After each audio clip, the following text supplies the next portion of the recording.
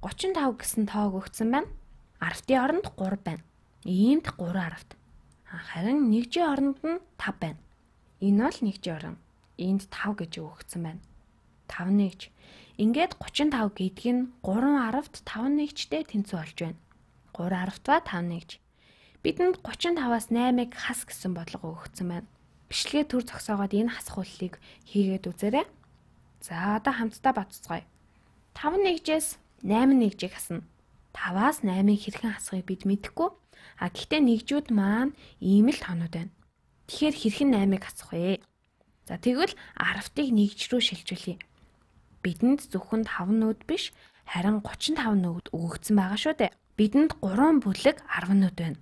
Тэгээд бас 5 нэгж. Эдгээр арвтын бүлгүүдээс нэгийг авъя. Энэ бол арвтын орон. Үүнийг нэгж рүү шилжүүлье. Энэ бүлгийг аваад энэ арвтын бүлгийг арвтын оронд биш, нэгжийн оронд тавья. Үүнийг ийшин шилжүүлнэ. Нэгжийн оронд шилжүүлвэл 5 арвт нь 10 нэгжтэй тэнцүү. 1, 2, 3, 4, 5, 6, 7, 8, 9, 10. За тэгэхээр би сая ямар үйлдэл хийсэн бэ? Би нэг арвтыг нь авцсан. Тэгээд цаана нь 2 арвт үлдэнэ. Авсан нэг арвтаа нэгж рүүгээ шилжүүлсэн. Анх надад 5 нэгж байсан бол би одоо шинээр 10 нэгжийг арвтын орноос авч шилжүүлсэн. Тэгэхээр 5 дээр нэмэх нь 10, тэнцүү 15 болно. Одоо 15 нэгжтэй болж байна. Үүнээс 8 нэгжийг хасна. Үүнээс би 8-ыг асуул.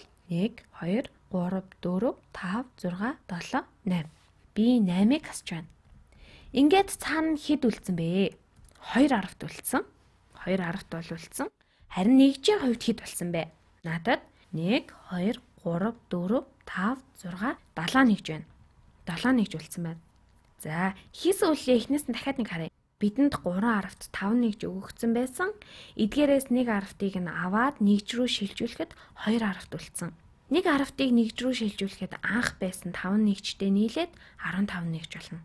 Ингээд 15 нэгжээс 8-ыг хасахад цаана 7 нэгж үлдсэн. 1, 2, 3, 4, 5, 6, 7.